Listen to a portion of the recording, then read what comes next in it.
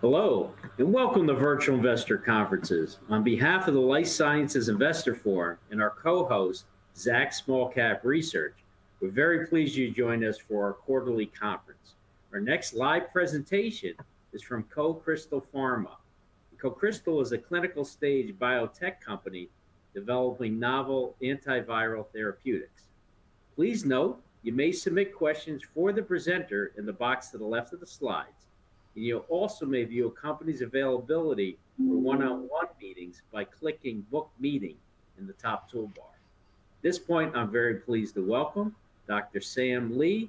He's the Co-Chief Executive Officer and President, and Jim Martin, the Co-Chief Executive Officer and Chief Financial Officer of Cocrystal Pharma, which trades on Nasdaq under the symbol COCP. Moderating the Q&A session is David Bouts, a senior analyst with Zacks Small Cap Research. Over to you, Jim. Well, thank you, John, and thank you for Zacks for hosting this virtual life science forum here. And I'd also like to say thank you on behalf of Cocrystal to all the investors that have attended and everyone watching this short presentation.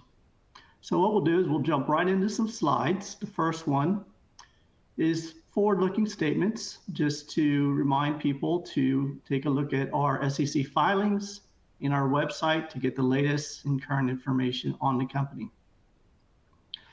So we'll start off with the first slide, which is really an overview of the company. Talks about our advanced programs, and these are high-value programs. Being in, we have norovirus, which is a virus that has an unmet need. There's no antivirals available, and there's no vaccines available. So the market's huge. We also have influenza, which I'm sure everyone's aware of or had at least once or twice in their life. And it's a very difficult, like most viruses, to come up with a good vaccine because it's constantly mutating. And then there's no need to discuss too much about coronaviruses, and everyone's very familiar with that. And we have a program that is not only for the COVID-19, which we were all devastated by over the past few years, but also for other coronaviruses that also have the potential to become pandemic. So what we have is a drug discovery platform, and this platform was put together, took years, leveraged the expertise of one of our founders, Dr. Roger Kornberg, who won a Nobel laureate, and he went ahead and teamed up with Dr. Sam Lee here and some others, and they worked on a platform with the idea of creating some of the best antiviral therapies in the world. And they looked at these viruses and the families of these viruses and how quickly these viruses mutate, and honed in on the replication of these viruses. And that's been an area of proprietary technology in which we have, I would say, optimized to rapidly and very effectively developing very broad spectrum antiviral drugs that are both for current viruses and emerging viruses by attacking the virus's replication area. And we also have developed multiple routes of administration, whether it's an over-the-counter oral pill, or whether someone's really sick in a hospital, they can get it intravenously. And we also have an inhalation, which is a quick and easy way of getting the drugs directly right down to the lungs. Cocrystal highlights of the company are that we do target multi-billion-dollar markets. These are global markets, and we are working on the treatment of these acute and pandemic viral diseases. We do have I think our biggest strength is our drug discovery platform. It's a proprietary platform. There's none like it in the world. It's the best that's been developed for creating these crystals in a very high definition and a high volume output for developing some of the best compounds for targeting these viral diseases. Again, we have right now a couple of programs in clinical stages, and one of them is what we call a panviral acid. Its name internally is called CDI 988 since it's still a compound, and it's in finishing up the phase 1 for both a coronaviruses, which includes COVID-19, and also for norovirus. As I stated earlier, there's no vaccine or therapeutic available out there. So that's finishing up a clinical trial, and that's one oral pill for both of these diseases.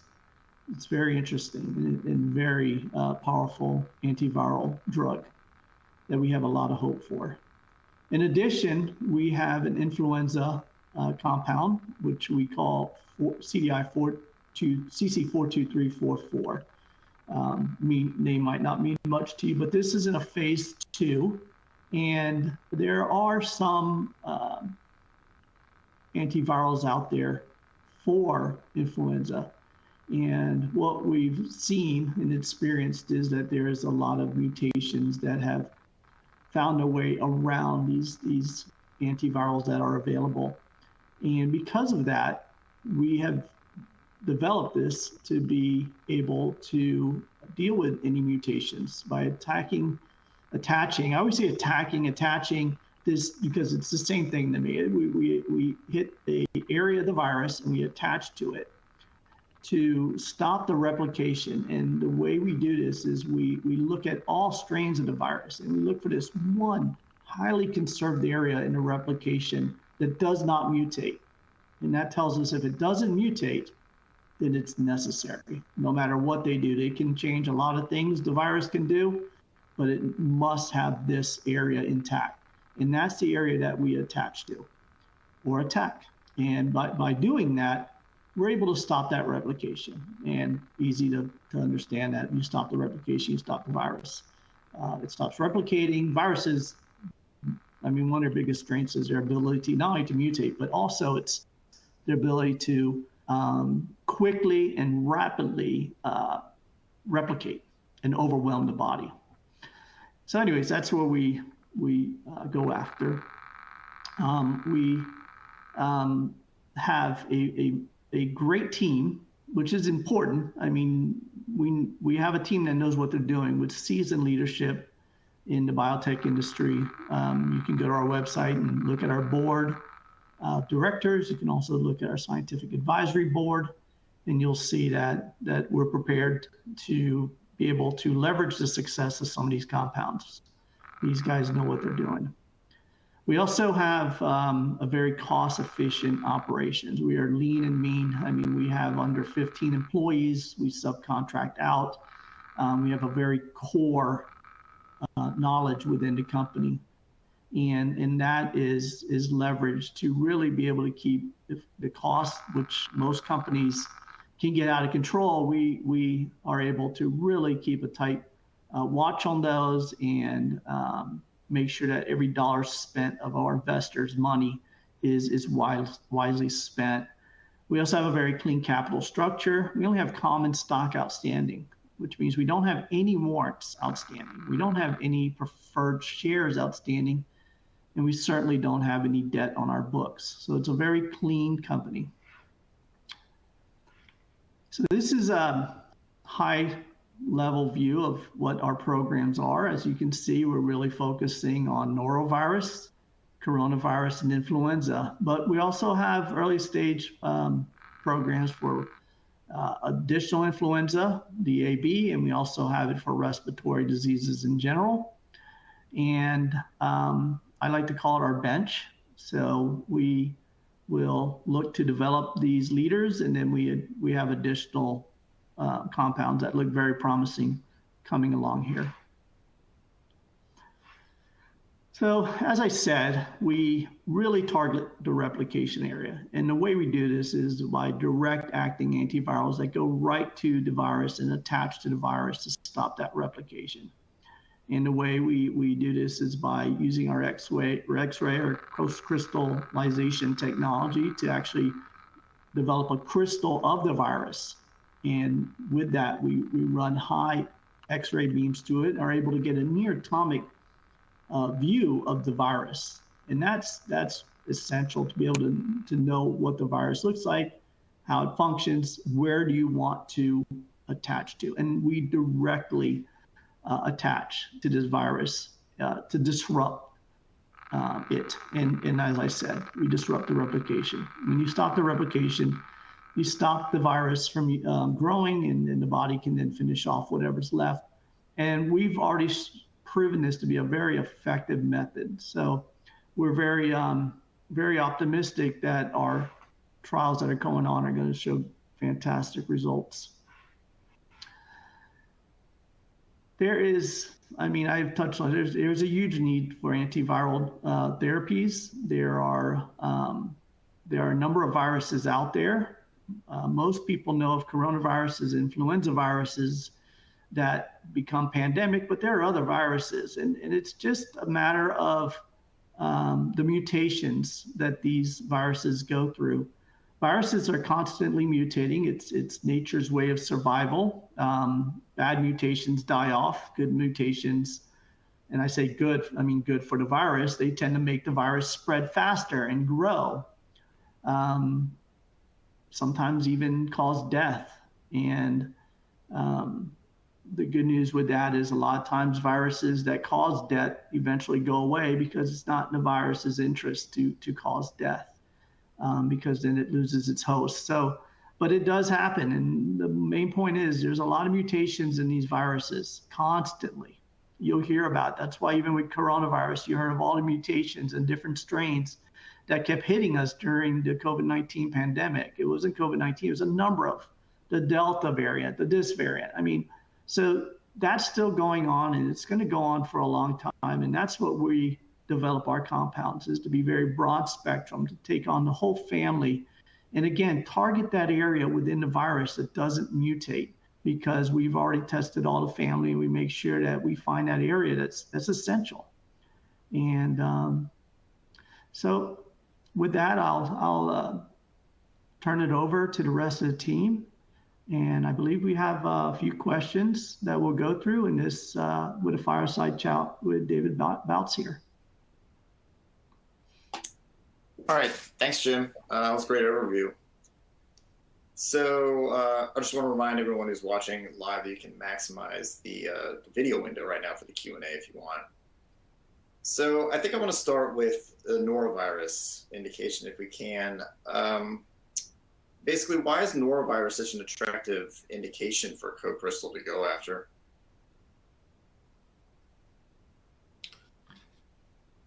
Tim, I'll take that question. Happy to answer.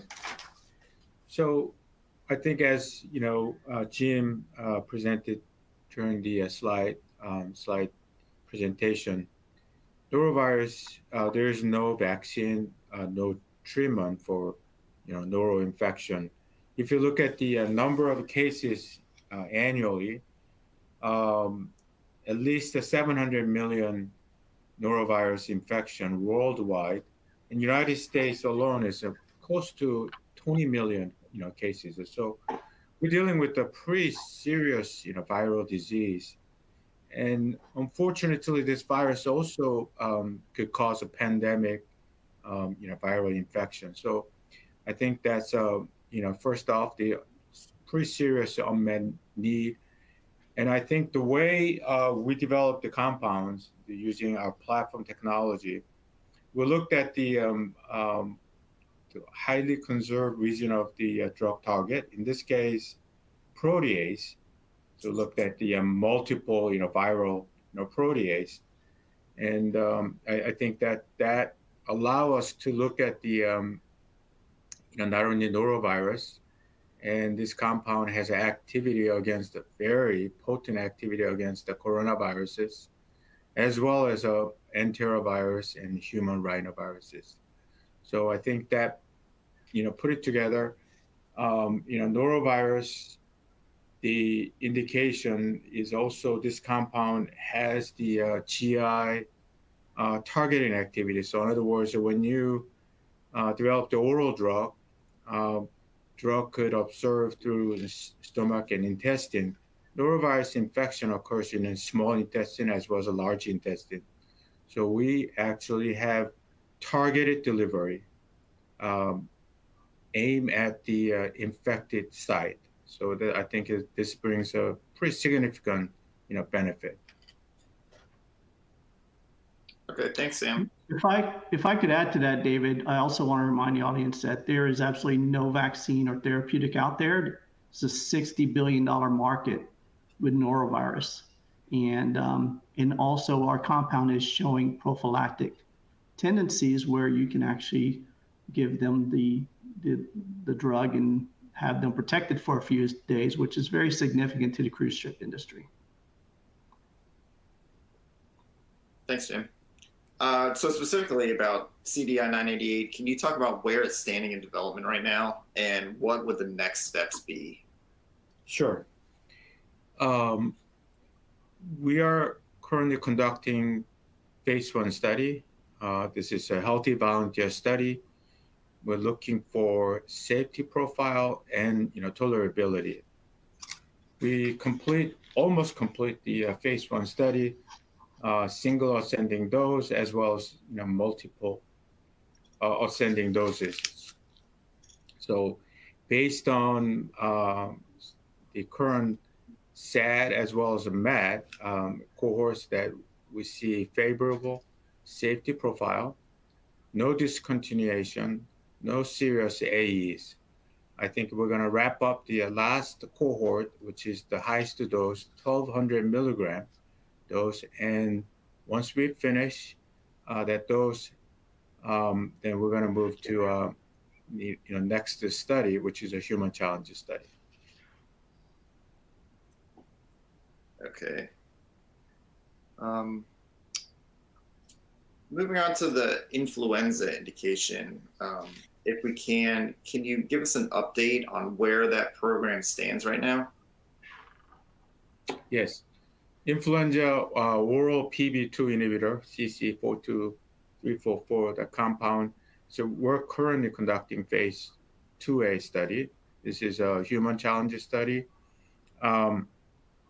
The initial data suggests that infectivity rate is poor.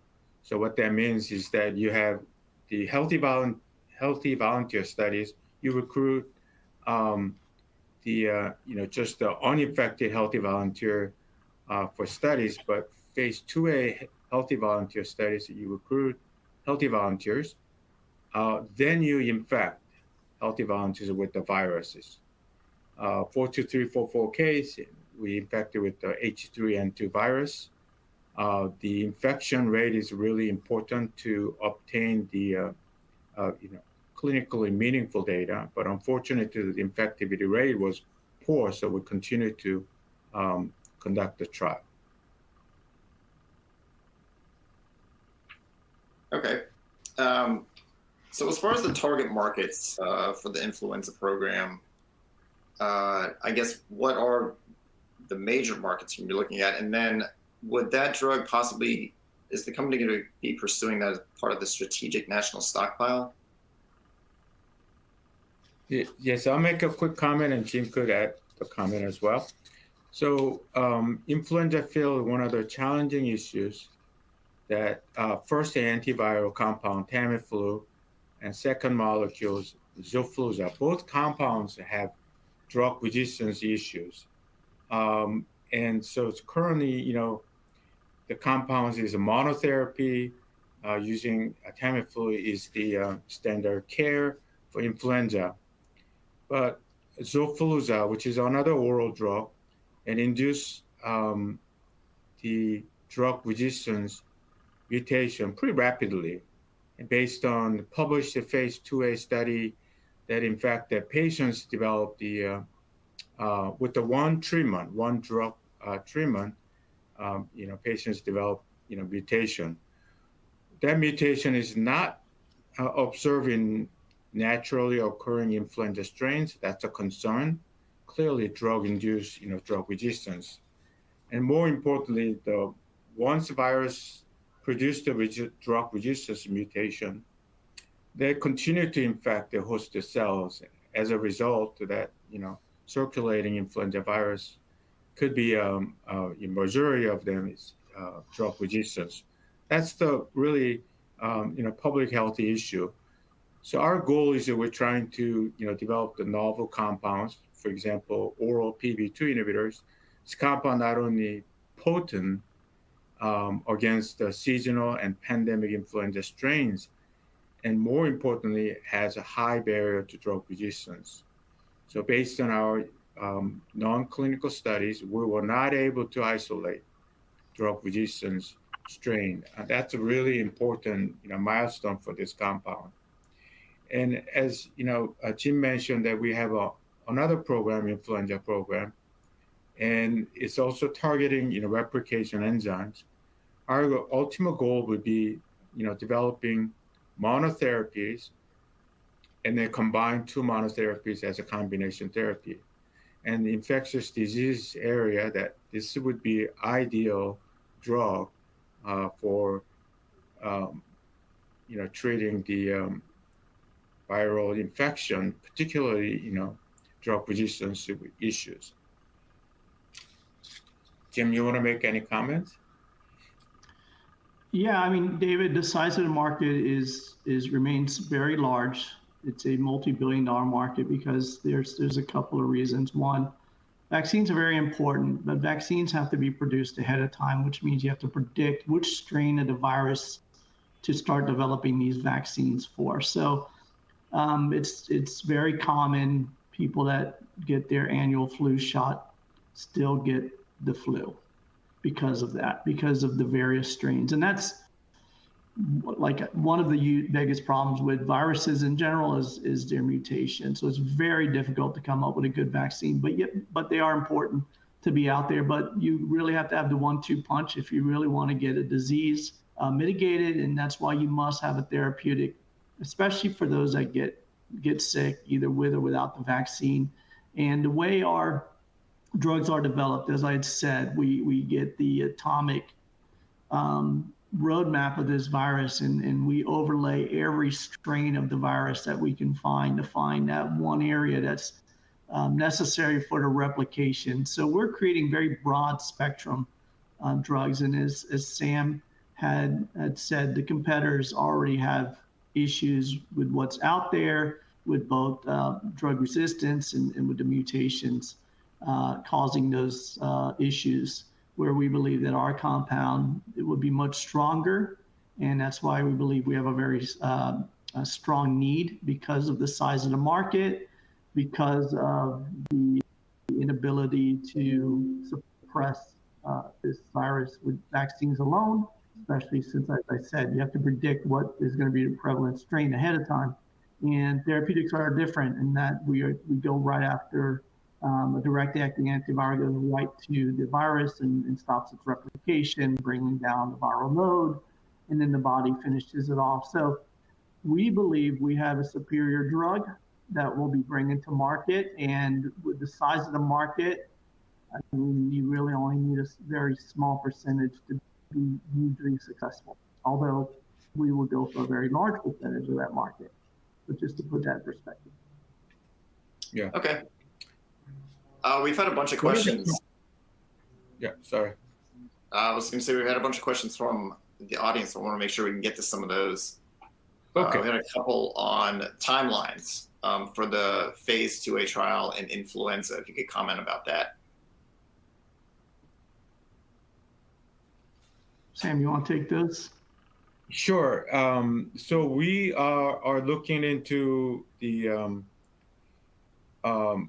looking into new virus or new batch of H3N2, and in order to increase the infection rate with the human challenges study. So I mean, at this point, we're looking at most likely this trial will continue this year, 2025. And we hope that we can, deliver the positive phase 2A data this year. We don't know exactly when it's going to be available, top line data. Okay. And there was a question about prophylactic trials. This is probably related to the norovirus indication. Are you planning on doing prophylactic trials for that drug? Yes. Yes, the short answer is yes. So prophylaxis, norovirus, the opportunities are huge. As we discussed, the prophylaxis, approach is really important for particularly the cruise ship or nursing home, any place that potentially you have a norovirus outbreak.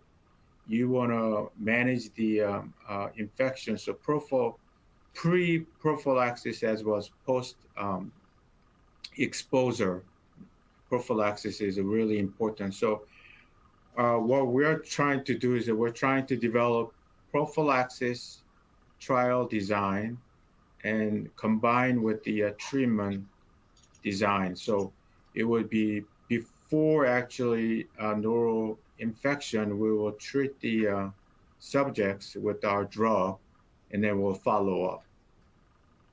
So that's we plan to initiate the prophylaxis and treatment study this year.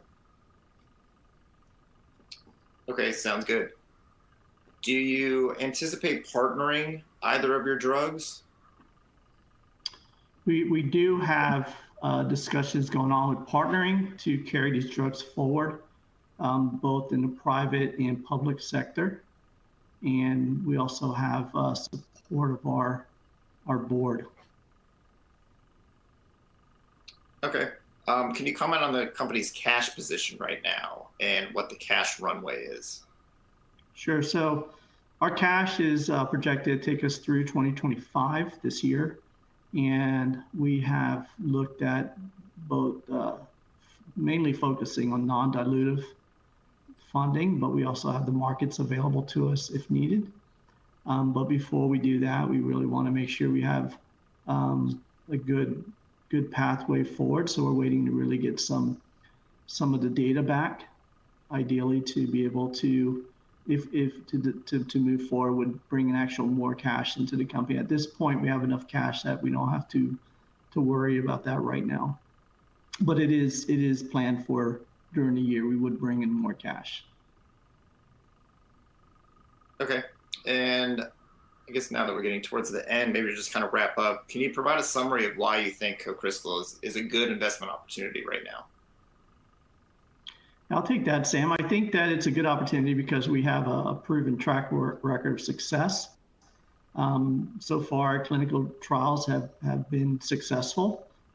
We do have a very strong science team within the company that's developing compounds like no other company that's out there in the sense that these are very broad spectrum, very direct acting antivirals. And as we had stated earlier, these are very necessary compounds. I mean, right now we're getting by, but you got to say it could be a lot better with the drugs that could be available and will be available in the future. And Cocrystal is on the edge of that, of providing that. So we have, again, a very strong board that supports the company. We have a very strong scientific advisory board, and we have Sam Lee, who's very strong into developing this platform that we use. We have partnerships available. We have multiple paths available to move forward. And I think we have these multi-billion markets that we will look to move into. So I think that's a good reason. The slide that's currently showing also summarizes, I think, some of what I just said. And we'll leave it at that. But always feel free to reach out to us through our website if you guys have any specific questions or want to follow along with the company. You can sign up there and get copies of our releases and stay along with us for this journey to success. All right, sounds good. So Jim and Sam, thanks for presentation today, and thanks for joining us. Thank you, David, and thank you, Zach. Thank you.